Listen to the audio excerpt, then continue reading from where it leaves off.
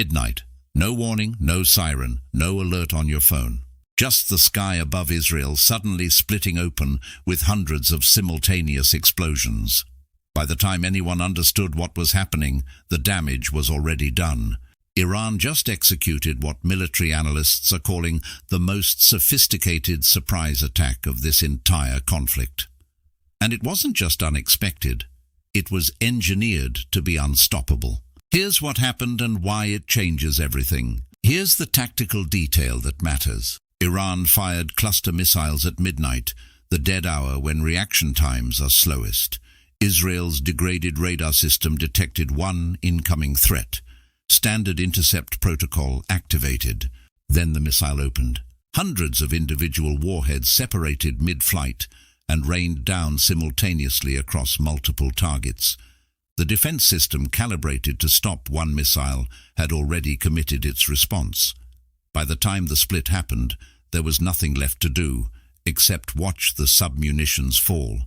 But Iran didn't attack alone. For the first time since this conflict began, Hezbollah and Iran launched simultaneously, coordinated, synchronized, hitting Israel from two directions at the same moment.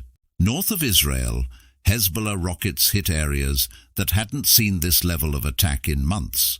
From the east, Iran's cluster payloads hit central and southern Israel. Israel's own government has now admitted what footage already showed. The alert system is not working properly. The radar network, already 25 to 30% destroyed, cannot reliably detect threats fast enough for civilians to shelter. The country that built the world's most sophisticated civil defense architecture is telling its population that the architecture is broken. Now, let's talk about water, because this moves the conflict from economically catastrophic to potentially humanitarian emergency territory. America struck a water treatment facility in Iran.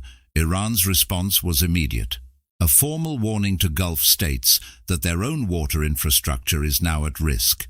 This matters enormously because Gulf states have no natural freshwater. They survive on desalination. Kuwait gets 90% of its drinking water from these plants. Saudi Arabia, 70%. Without functioning desalination, these cities cannot sustain human life at current population levels within days, not weeks. Iran threatening Gulf water infrastructure is not a symmetrical military escalation. It is an existential threat to the civilian population of the wealthiest cities on Earth. Let's put together what happened in just 48 hours. Iran and Hezbollah conducted a synchronized midnight surprise attack on Israel. Iran issued a military warning to Azerbaijan. America struck an Iranian water facility. Iran threatened Gulf desalination. Qatar stopped LNG exports to Europe. Iraq's American base was reduced to rubble. Israel's alert system admitted failure. Oman publicly called for an immediate ceasefire.